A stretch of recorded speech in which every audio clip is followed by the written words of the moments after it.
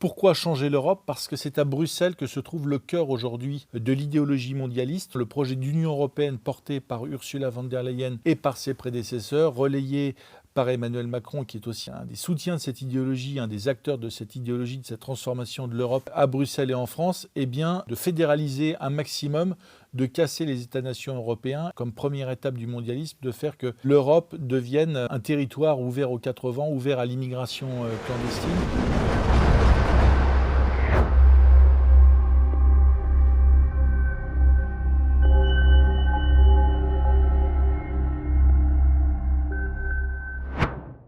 Bonjour Charles, vous présentez aujourd'hui votre nouveau magazine intitulé Antimondialiste, les patriotes à la reconquête de l'Europe. Pourquoi avez-vous décidé ce thème pour ce nouveau magazine? Oui, c'est un grand jour, donc notre magazine est disponible dès maintenant dans tous les kiosques. Je le montre parce que la couverture est, je crois, particulièrement intéressante. Il est disponible aussi évidemment sur notre site internet www.omertamedia.fr. Et sur cette couverture, je le disais, on voit trois leaders souverainistes, patriotes, deux Italiens, Matteo Salvini, le vice-premier ministre italien, Laura Ravetto, qui est une des députées les plus importantes du Parlement italien, et puis Tommy Robinson, l'anglais. Alors pourquoi on a décidé de traiter de cette thématique? Eh bien parce qu'elle est très importante et tu sais, je dirais, pendant des années, on a le clivage traditionnel en politique, c'était le clivage droite-gauche. Aujourd'hui, c'est ce qu'on montre dans le magazine, ce clivage est largement dépassé. En réalité, aujourd'hui, ce qui structure la vie politique, notamment en Europe occidentale, eh bien, c'est le clivage mondialiste, antimondialiste. Alors les mondialistes, on a compris que c'est, d'abord c'est une idéologie, c'est une idéologie qui veut détruire et dépasser le cadre des États-nations, le cadre de la famille traditionnelle. C'est à la fois un projet politique, c'est un projet sociétal, dans lequel d'ailleurs s'inscrit le wokisme, qui en est un des pans, une des facettes. Et puis en face, face à, je dirais, à cette tentative, cette dynamique, cette idéologie de déstructuration, eh bien, il y a des patriotes, il y a des mouvements souverainistes, il y a des leaders souverainistes qui, en Europe, ont décidé d'opposer une résistance, voire même de changer l'Europe. Pourquoi changer l'Europe? Parce que c'est à Bruxelles que se trouve le cœur aujourd'hui de l'idéologie mondialiste. Le projet européen, le projet d'Union européenne porté par Ursula von der Leyen et par ses prédécesseurs, relayé par Emmanuel Macron, qui est aussi un des soutiens de cette idéologie, un des acteurs de cette idéologie, de cette transformation de l'Europe à Bruxelles et en France, eh bien, c'est tout simplement de fédéraliser un maximum, de casser les États-nations européens et comme première étape du mondialisme, de faire que l'Europe devienne un territoire ouvert aux quatre vents, ouvert à l'immigration clandestine, ouvert aussi, à la libéralisation sauvage du commerce. On l'a vu avec le Mercosur. Il faut brader les intérêts des États-nations pour un ensemble, multiculturel. Et heureusement d'ailleurs, depuis plusieurs années, dans différents pays européens, j'allais dire dans tous les pays européens, mais il y a des pays dans lesquels c'est allé plus vite, eh bien, il y a une opposition avec des leaders politiques qui, en fait, par patriotisme, par souverainisme, par amour de leur pays, eh bien, ont décidé, de tout tenter pour résister et puis aussi et c'est le pari que fait notamment Matteo Salvini et Giorgia Meloni, eh bien, pour changer l'Europe de l'intérieur et pour faire que d'une Europe de globalistes et de mondialistes, de cosmopolites, on arrive à une Europe de dirigeants souverainistes et patriotes. On voit que l'actualité assez chaude autour du forum de Davos vous donne peut-être raison, ou du moins vous avez le flair sur cette thématique plus qu'essentielle aujourd'hui qu'est le mondialisme et sa place, notamment dans l'Union européenne. Est-ce que pensez-vous qu'il y a eu un lien à faire entre les propos que peuvent avoir Matteo Salvini, Robinson, avec l'actualité autour, par exemple, de Davos? Oui, parce que l'épicentre du mondialisme et du fédéralisme européen, il se situe à Davos. C'est un forum économique, mais dans lequel on croise depuis des années, non seulement des responsables, des chefs de grandes entreprises, mais aussi des lobbyistes, des philosophes, des responsables politiques. L'objectif ultime de tout ça, c'est un monde sans règles dans lequel on peut commercer sans entrave et on peut aussi créer, je dirais, un homme nouveau. Hein, c'est l'homme du wokisme, c'est-à-dire un homme sans patrie, sans religion, sans nation, sans identité, sans racines, pour lequel, en fait, je dirais, l'objectif ultime, c'est la consommation et c'est la réalisation personnelle, je dirais, sans entrave, sans cadre. Voilà. L'épicentre, donc, c'est Davos, mais en réalité, c'est une démarche. On en parle maintenant parce que c'est vrai que c'est l'actualité immédiate, mais cette fracture entre mondialistes et antimondialistes, entre fédéralistes et souverainistes en Europe, elle existe depuis déjà bien longtemps. Et sans remonter à une dizaine d'années, pour remonter en fait à 2018, elle est assumée et elle est, comment dirais-je, elle est officialisée par Emmanuel Macron, qui qualifie un certain nombre de dirigeants européens qui ne sont pas des dirigeants d'extrême droite, qui sont des dirigeants, je dirais, des patriotes conséquents, comme Viktor Orban et Matteo Salvini. Emmanuel Macron leur déclare la guerre en 2018 en disant que lui, le progressiste, quand quelqu'un vous dit qu'il est progressiste, il faut comprendre qu'il est mondialiste, il est fédéraliste. Que lui, le progressiste, est en opposition et l'ennemi de ce qu'il appelle les réactionnaires, l'international réactionnaire. Là, il s'adresse, je dirais, à Salvini et à Orban, mais en réalité, il met dedans non seulement Vladimir Poutine, mais aussi Donald Trump. En fait, tous les dirigeants européens, les dirigeants mondiaux d'ailleurs, qui, je dirais, sont venus entraver la marche du mondialisme, parce que jusqu'à la présidence Biden, il faut bien comprendre que tous ces dirigeants, Ursula von der Leyen, Macron, Starmer, Boris Johnson avant lui, Merz et d'autres, étaient persuadés de la bonne réalisation de leur plan. Voilà. Aujourd'hui, Donald Trump et un certain nombre de dirigeants européens, en portant la contestation au sein même de l'hémicycle parlementaire à Bruxelles, eh bien, ont entravé la démarche, la dynamique mondialiste.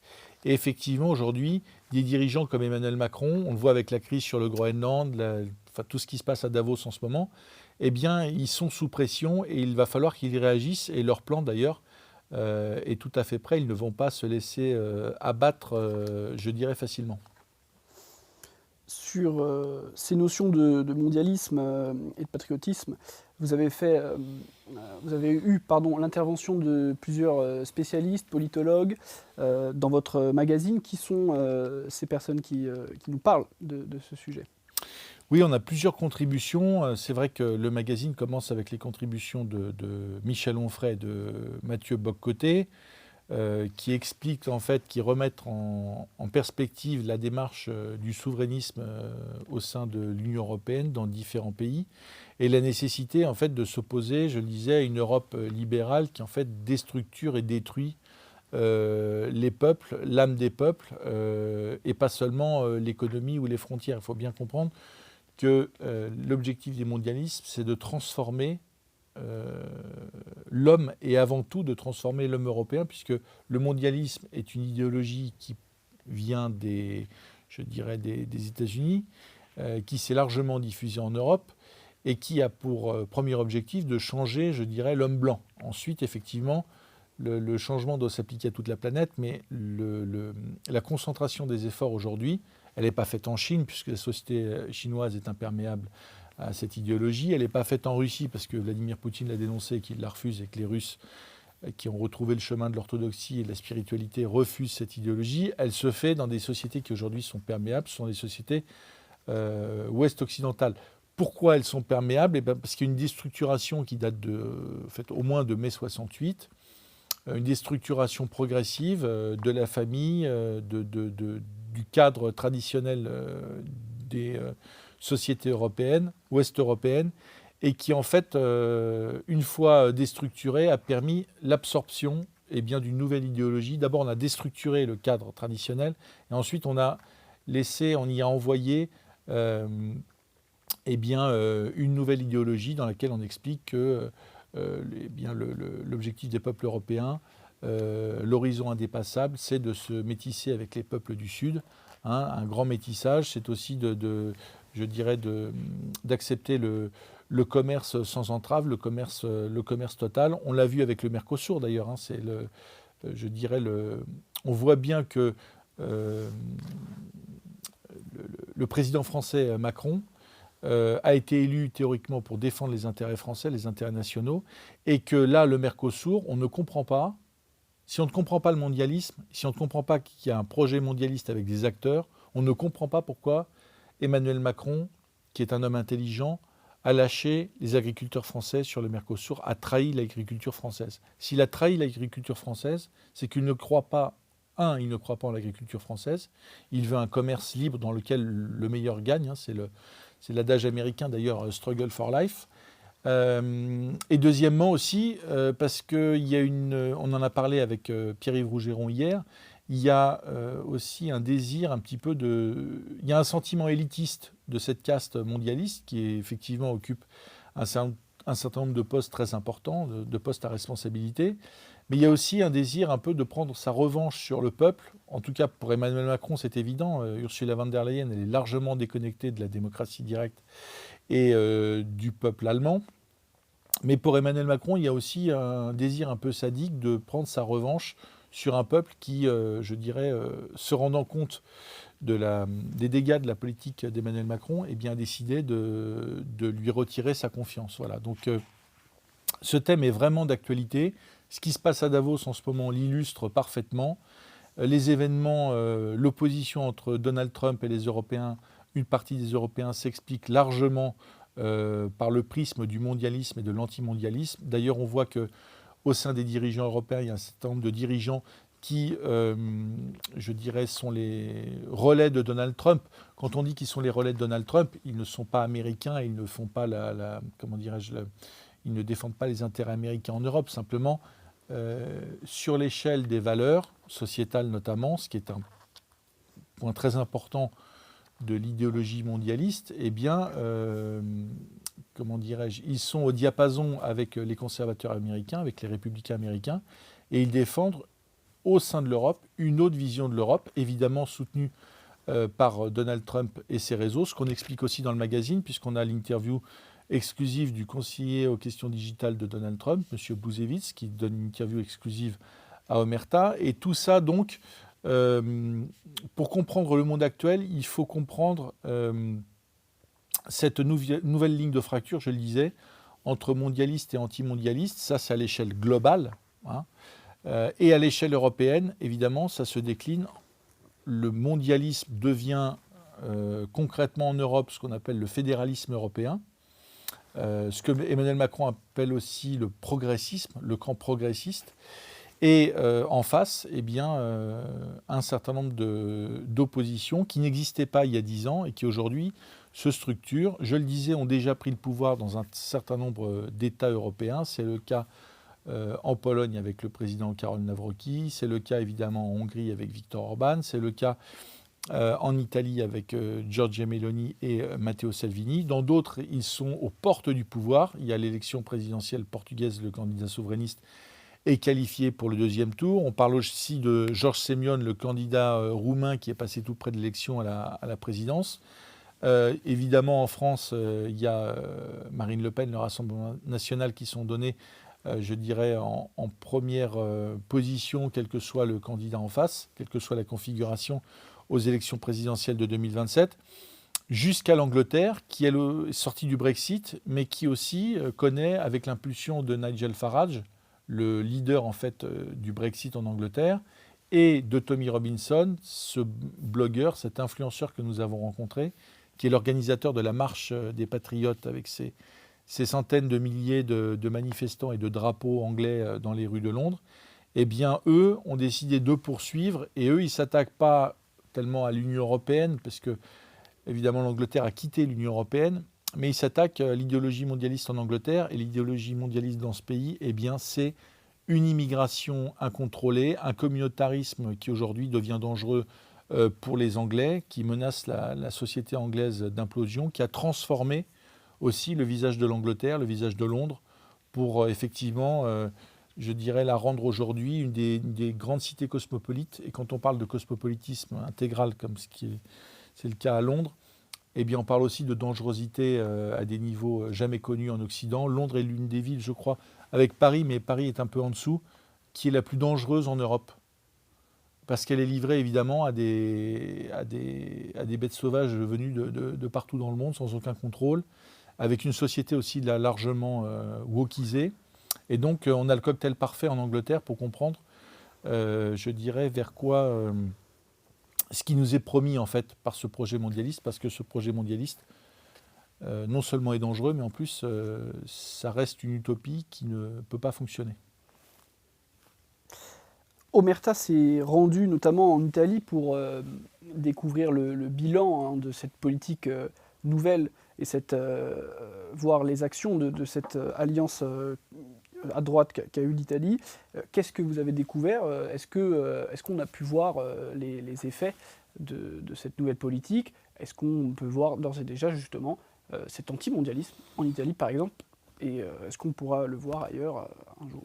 Alors, ce qui est intéressant avec l'exemple italien, tu fais bien de le souligner, c'est que les Italiens sont des pragmatiques. Aujourd'hui, il y a une alliance politique à droite, je dirais du centre droit à la droite la plus régalienne, la plus forte, qui regroupe trois partis politiques, le parti de Giorgia Meloni, Fratelli d'Italia, le parti de Matteo Salvini, la Ligue, et l'ancien parti de Silvio Berlusconi, Forza Italia.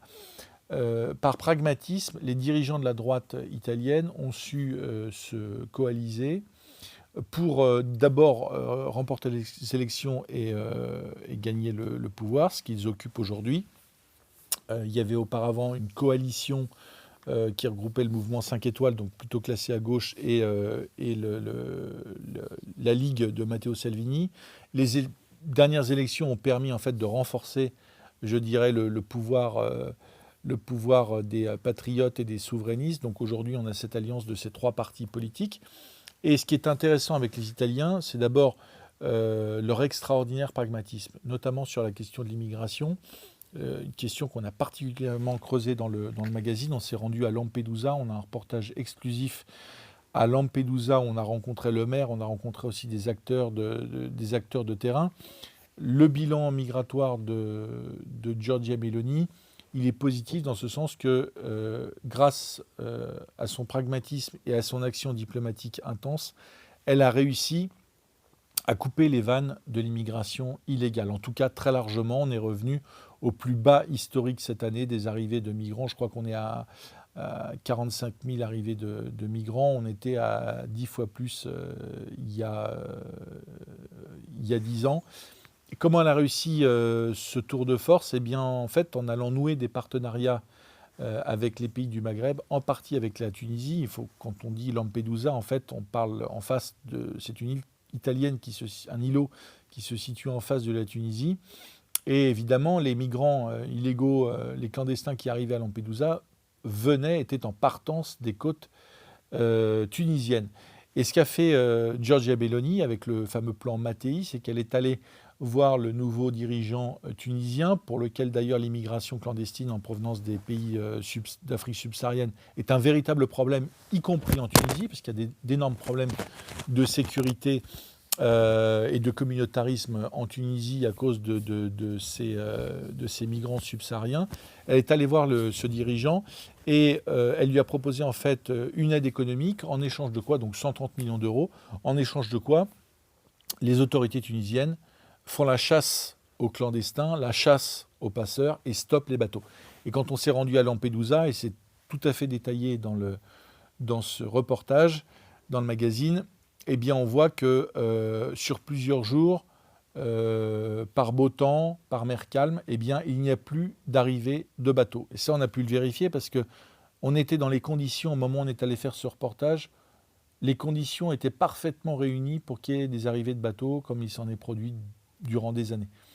Et il n'y a pas eu un seul bateau. Ce qui veut dire que grâce au pragmatisme de la dirigeante italienne et de Matteo Salvini, eh bien, les Tunisiens ont consenti, ont accepté et assument de faire le travail sur leur côte, c'est-à-dire, je l'ai rappelé, faire la chasse aux passeurs, la chasse aux migrants, bloquer, détruire les bateaux. Voilà, donc ça ne veut pas dire que il n'y a plus de problème en Italie, il y a un problème de communautarisme, évidemment avec l'islam radical, il y a un problème, il y a toujours un certain nombre de problèmes, il reste des clandestins expulsés en Italie évidemment, mais j'ai souvent entendu beaucoup de critiques vis-à-vis de Giorgia Meloni en disant qu'elle n'avait pas été au bout, etc. Il faut bien se rendre compte que l'Italie est un des pays en Europe qui a connu le problème migratoire à des doses qui sont insupportables. Et que Giorgia Meloni n'a certes pas réglé à 100% le problème, mais qu'elle a largement œuvré pour le réduire. Et aujourd'hui, ce qu'on n'a pas été capable de faire en France, aujourd'hui, elle a largement réduit les arrivées de clandestins. Ce qui est déjà une première étape. Il faut rappeler que Giorgia Meloni, longtemps, a été seule. L'Europe ne l'a pas soutenue, Bruxelles ne l'a pas soutenue. Elle a réussi à convaincre Ursula von der Leyen, il y a quelques mois, de se saisir un peu de ce problème migratoire, mais longtemps, elle a été seule. Matteo Salvini, lorsqu'il était aux commandes du ministère de l'Intérieur italien, lorsque Giorgia Meloni n'était pas encore Premier ministre, il était seul, il a été attaqué par les juges, d'ailleurs il vient de gagner ses procès, on l'a accusé d'esclavagisme, etc. Faut bien comprendre d'où viennent les Italiens. Les Italiens ont porté le combat anti-immigration clandestine quasiment seul. Emmanuel Macron n'a jamais accepté de se saisir du sujet et d'être un relais, d'être un support de l'action italienne à Bruxelles. Emmanuel Macron est un immigrationniste, il faut dire les choses telles qu'elles sont, il croit en cette société ouverte, il a une vision à la fois puérile et arrogante, où en fait, comment dirais-je, il ne connaît de l'immigration que les gens de couleur qu'il a pu croiser dans des salons d'hôtels 5 étoiles. Il ne connaît pas la réalité d'arrivée de clandestins sur des plages avec des populations locales qui sont obligées de fuir. Tout ça, il ne connaît pas. Ni dans son, je dirais, ça ne l'intéresse pas, et dans son entourage professionnel, familial, amical, il n'en a pas le vécu.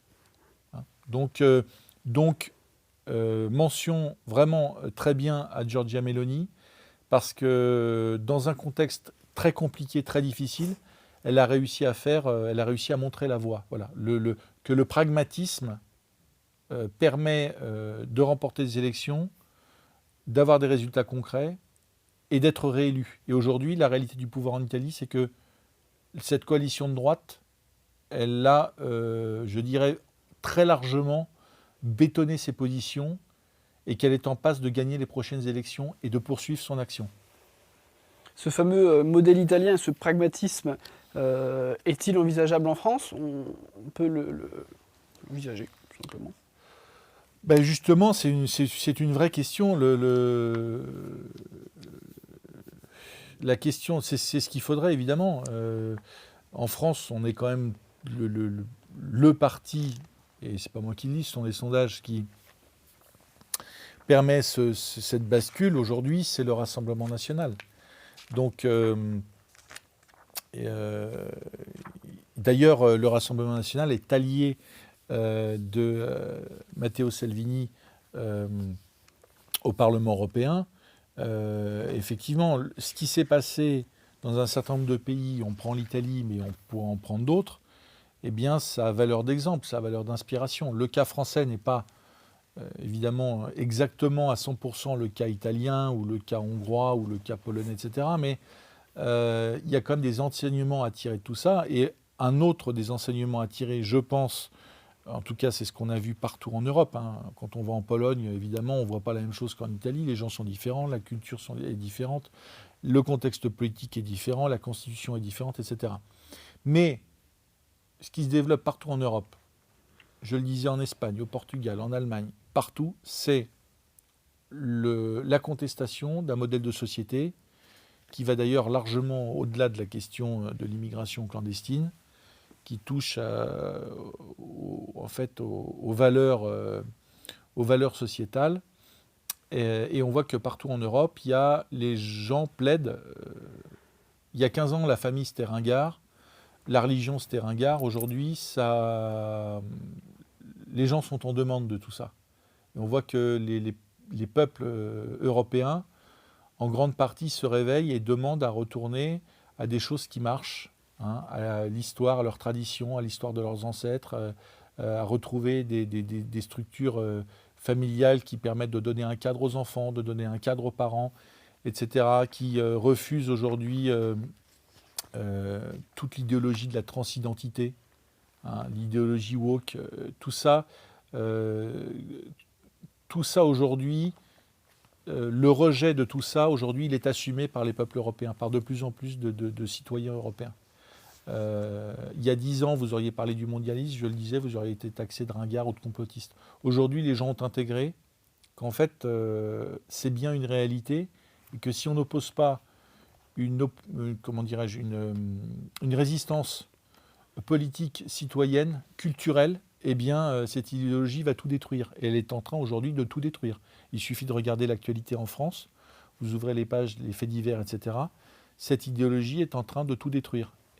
Et d'ailleurs, je le dis, c'est important, cette idéologie, ce n'est pas seulement les progressistes d'Emmanuel Macron, c'est les progressistes d'Emmanuel Macron et l'extrême gauche. Il y a des différences sur un petit peu la politique étrangère, il y a des nuances sur l'économie, etc. Mais ce qui structure, ce qui rapproche ces deux courants, eh bien, c'est la volonté, comment dire, de sortir du cadre français. C'est la haine de la France. Certains veulent l'Europe libérale, d'autres veulent, je dirais, une internationale antifasciste, etc. Les deux veulent un monde créolisé, les deux veulent un monde sans Dieu, les deux veulent un monde sans patrie, sans drapeau, sans nation, sans identité. Ou alors c'est l'identité des autres. On va chercher une identité africaine, etc.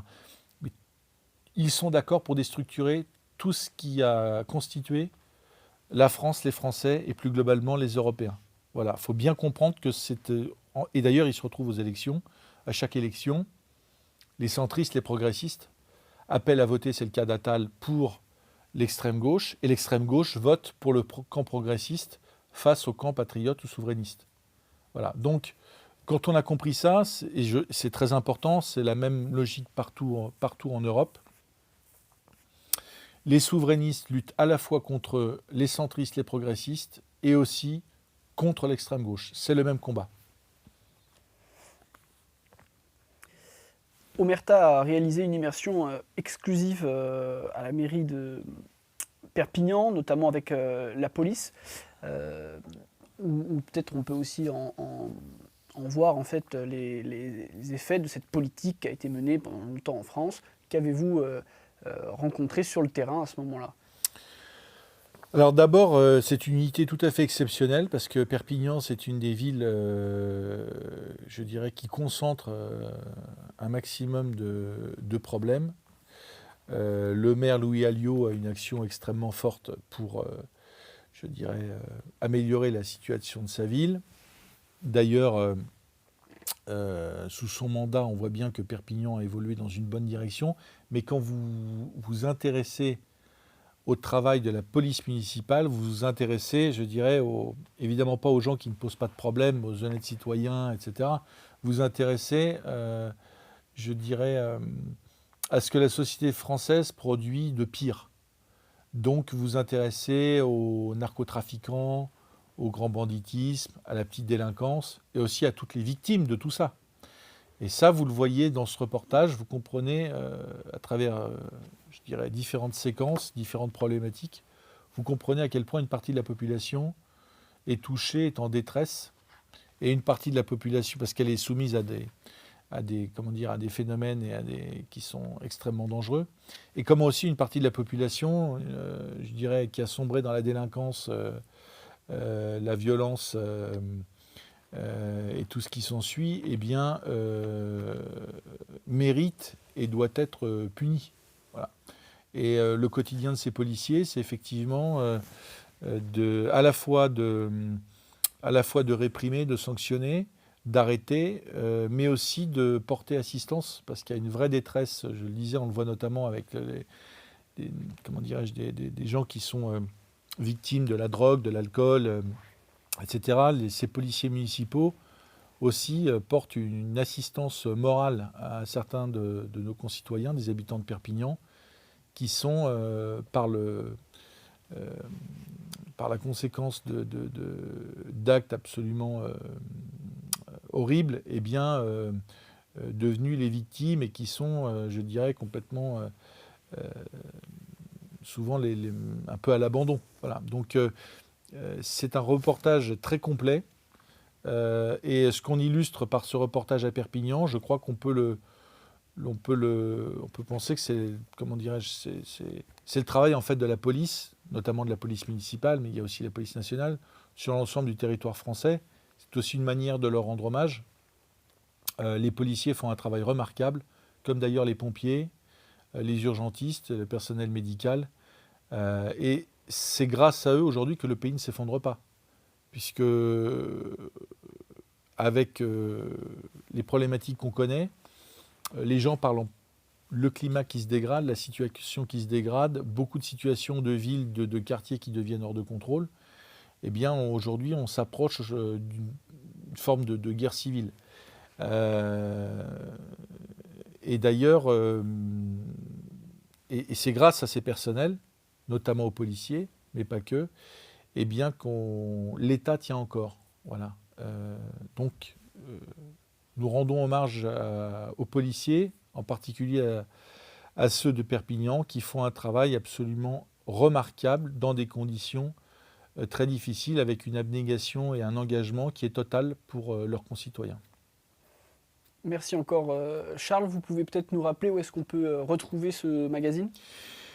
Oui, donc ce magazine, alors pourquoi c'est important de soutenir Omerta ? D'abord parce qu'Omerta n'a pas de subvention, donc acheter le magazine ou encore mieux vous abonner à notre magazine, à nos offres via notre site internet www.omertamedia.fr, c'est nous permettre d'en faire encore d'autres. Nous repartons sur le terrain, en Ukraine, à Cuba, sur des problématiques nationales que les autres médias, non seulement les médias mainstream, mais les autres médias aussi, n'effectuent pas de travail de terrain. La plupart des médias se contentent de commentaires depuis des plateaux. Omerta va sur le terrain et donc vous procurer notre magazine, c'est nous permettre de continuer à faire notre travail, à développer nos productions, à monter en qualité, à monter en quantité. Aussi, n'oubliez pas de vous abonner à cette chaîne YouTube, c'est très important. La thématique du mondialisme et de l'antimondialisme, notre magazine va vous permettre de comprendre, va vous donner la bonne grille de lecture pour comprendre l'actualité immédiate, ce qui se joue à Davos, ce qui se joue sur le Groenland, sur la Russie, sur l'Ukraine, sur le Mercosur. C'est fondamental pour comprendre ce qui s'est passé, comprendre ce qui se passe et comprendre ce qui va se passer dans les semaines, les mois et les années qui viennent. Voilà, un grand merci à tous et à très bientôt dans ce studio ou sur le terrain.